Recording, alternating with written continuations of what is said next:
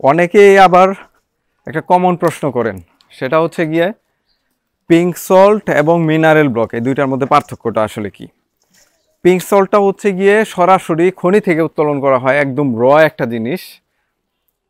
এইটা মূলত আমাদের কাছে যেটা আছে অরিজিনাল পাকিস্তান থেকে এটা আসে, হিমালয়ান পিঙ্ক সল্ট বলা হয় এটাকে।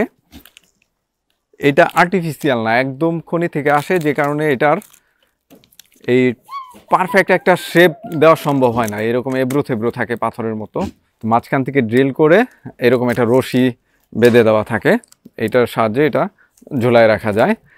আর মিনারেল ব্লকটা হচ্ছে গিয়ে ওইটা হচ্ছে গিয়ে ফ্যাক্টরি মেড। ছাগল, ভেড়া, গরু, মহিষের শরীরে যে এই ধরনের মিনারেলসগুলোর প্রয়োজন হয় সবগুলোর কম্বিনেশনে ওই ব্লকটা তৈরি করা হয় আর্টিফিশিয়ালি। তো দুইটাই অনেক গুরুত্বপূর্ণ এবং দুইটাই ছাগল, ভেড়া, গরু, মহিষের জন্য অত্যন্ত কার্যকরী এবং বেসিক নিউট্রিশন কিংবা হেলথ ভ্যালু ঠিক রাখার জন্য অত্যন্ত গুরুত্বপূর্ণ ভূমিকা রাখে।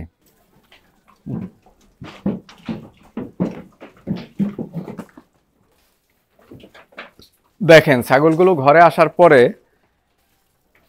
মিনারেল ব্লকটার কাছে কিন্তু ভিড় করছে।